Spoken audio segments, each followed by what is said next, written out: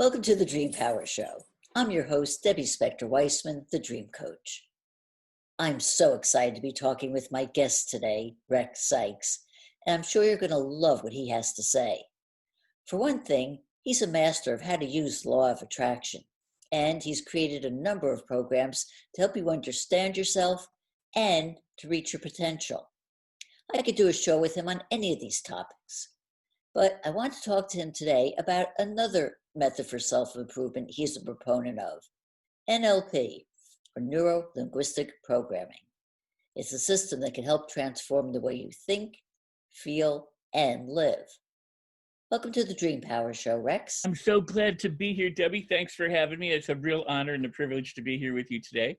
Oh, it is my pleasure. And like I said, I just can't wait to be talking to you about this. So, Rex, I know you've been teaching NLP for decades, but for those people who may not be familiar with it, could you just give a brief definition of what NLP is? Sure. NLP is a way of learning about learning and to make the changes that you want to make. It's based on the science of modeling, which means if other people exhibit a particular set of behaviors, you can replicate those and expect the same form of success. It's about the brain, which is neuro. It's about language, which is linguistic, and it's about programming, meaning behaviors can be changed. So it's truly about how do you get the results that you want to get by changing what you're doing in your mind with what you say to yourself, your feelings, and your actions. Okay, so why would somebody want to use this? If somebody has a behavior or a habit or a conflict or a problem that they want to overcome, neurolinguistic programming is essentially like a toolbox. You know, it's like a carpenter's toolbox where if you want to tear something down or build something, you pull out the tools to do that. And in this case, when somebody wants to stop doing an old behavior and start doing a new one, maybe they don't feel confident, or maybe they are shy, or maybe they have a phobia or a fear of spiders or snakes or heights, or they don't like to travel. Neurolinguistic programming can address those things and help you to change those fairly rapidly, because what we work with are the components inside the brain. It's like your TV set, for example. You can adjust the color, you can adjust the picture, you can adjust the sound, you can make it surround sound, or you can make it mono. You can do all sorts of different things. And so what we do is we work with the nuts and bolts inside our imagination to make changes. And what we discovered 40 years ago and subsequently since is that you can make really nice, profound, pervasive changes when you get inside and you make some minor adjusting, do some minor adjustments.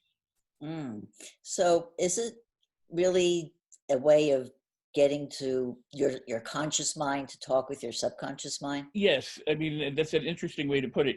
I believe that your subconscious mind, your non-conscious mind, your other than conscious, your whatever you want to call it, infinite intelligence, cosmic consciousness, the universe, I think it's all a part of the same thing. It's billions of times more powerful, stronger, wiser, smarter than your conscious mind.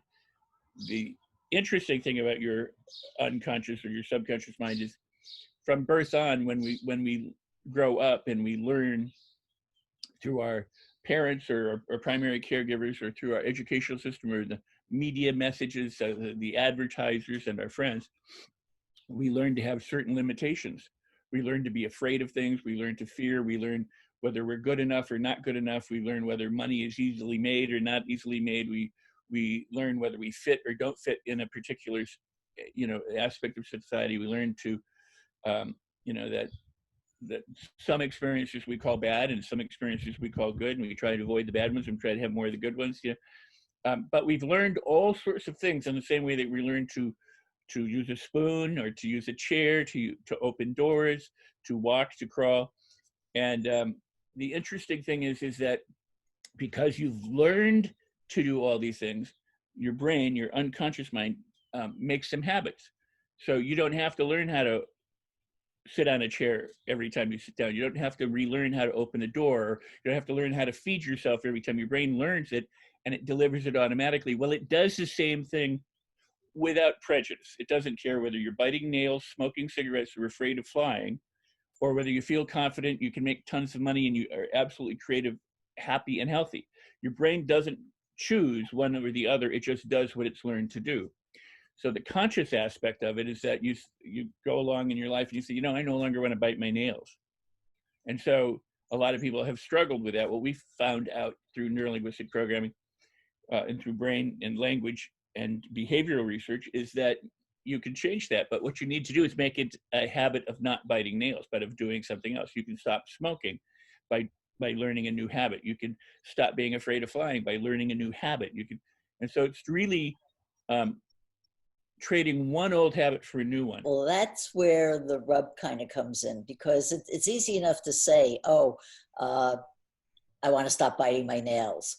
And you could say, you know what, I'm going to stop biting my nails. And then something comes up and you go back and you start biting your nails again.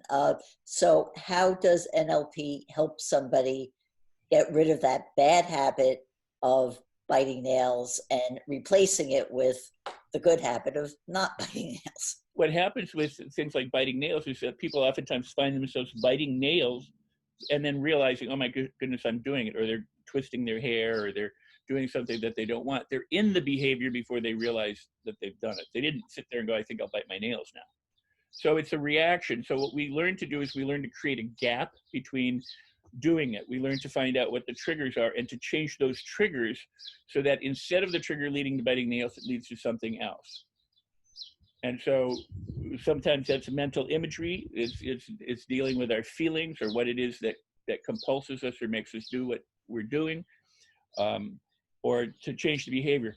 You can change it through conditioning and habit formation, and that takes a period of time. You know, what you said, that's absolutely true. Is you can't do it consciously, because you've got this big billion times stronger mechanism that does what it does. So you have to enlist its aid, and you have to figure out how to make it do something different. And that's where neurolinguistic programming comes in. I do think that attitude is paramount toward transformation. If you don't change your attitude, and not only just change, but transform it to being more receptive and being open to the possibilities, nothing's going to happen.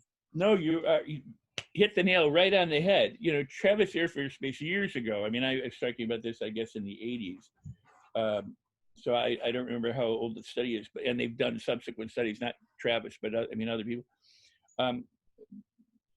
Originally came out and said attitude is the #1 predictor for success, especially when it comes to medical treatment. Whether you believe that you're going to be helped or not helped is up to what you believe is possible. And there's, you know, hundreds of studies based on this.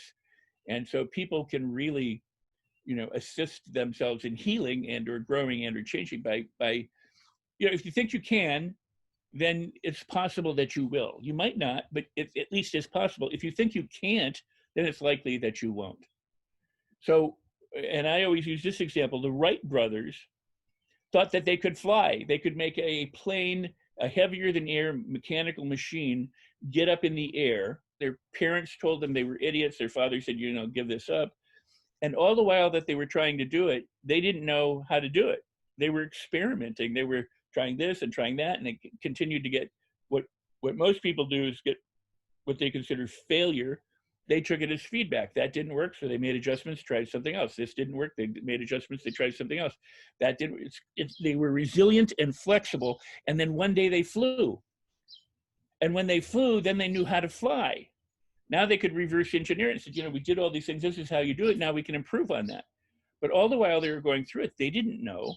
And they faced odds, but they believed that it was possible, and they believed they could figure it out. That's attitude. And they didn't let anything stop them. And as a result, the world has air travel. I did have one other question I wanted to ask you about NLP, because one of the things that when I first became aware of it that attracted me was the idea of the use of language. Yes. We use language in our lives. Can you talk about the different types of language that we have, and how they're different, and how people respond to talking different ways? Every word or concept has its own kind of vibrational quality when you think about it in terms of manifesting, in terms of ideas, you know, how you think or how you represent things to yourself, or what you say to yourself is critically important. If you think I'm stupid, that has a certain ability to make you feel differently than if you say I am awesome.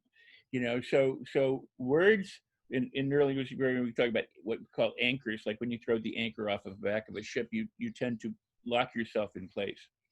So your relationship to words, language, and or vibrations is very crucial. And why I say vibrations is because we percuss the air and it vibrates and it's translated neurologically. But you can think of it in terms of vibrations in the same way that you think about law of attraction and vibrations.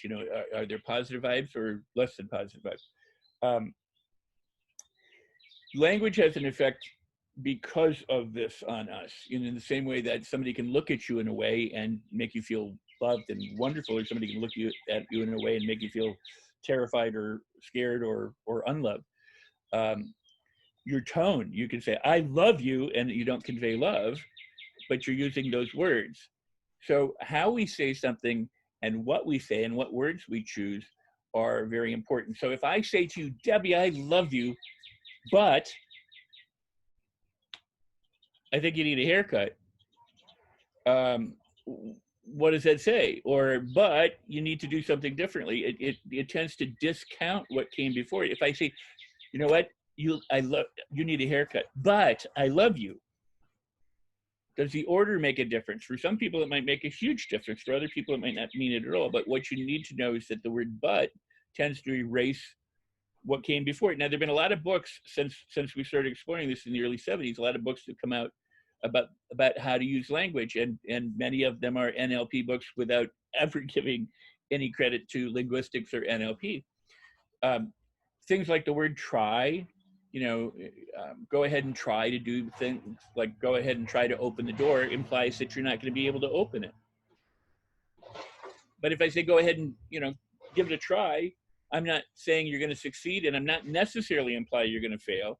But if I say go try to open the door, it's almost inferred that they can't. Now, they could go and the door might open and I go, see what you did? So it's not so much just the word like try or but it is how you use them to either inspire and motivate people or to de-inspire, or to demotivate people. So for example, I say, would you like to go to this restaurant? You go, I'd love to go to the restaurant, but I don't have any money. So what's the last thing in your head? You don't have any money. I don't have any money in my head. So I say, oh, you don't have any money, but you really do want to go to the restaurant. Now what's the last thing in your head? I want to go to the restaurant. So I say, oh, you don't have any money, but you really want to go to the restaurant. Maybe we can find a way to make this happen. Would you like to do that? And imagine how much fun we're going to have. So what you want to do is you want to use language to lead people from where they're stuck or less than glorious into ways in which they can be more glorious or unstuck. How can people find out about you and about your services?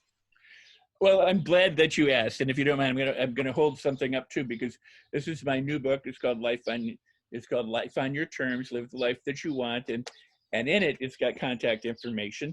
But you can get this this book from Amazon, or you can get the Kindle, and they can reach me through my website. My business is called Idea Seminars, and the show is about NLP. So I'm going to give you the link. It's NLP, like I think now let's party. NLP online, all one word, NLPonline.com. Excuse me, and it will take you to my Idea Seminars website, and there's Mind Design, the Ultimate NLP Home Study Program as well. Currently, we've got hundreds of people doing a program called How to Change Your Thoughts and Transform Your Life. There's the Attitude Activator. My book, you can get my book, and you can get a free gift if you go to my website, NLPonline.com. But when you do that, it'll convert to the Idea Seminar site. We've been speaking with Mind Master Rex Sikes about NLP.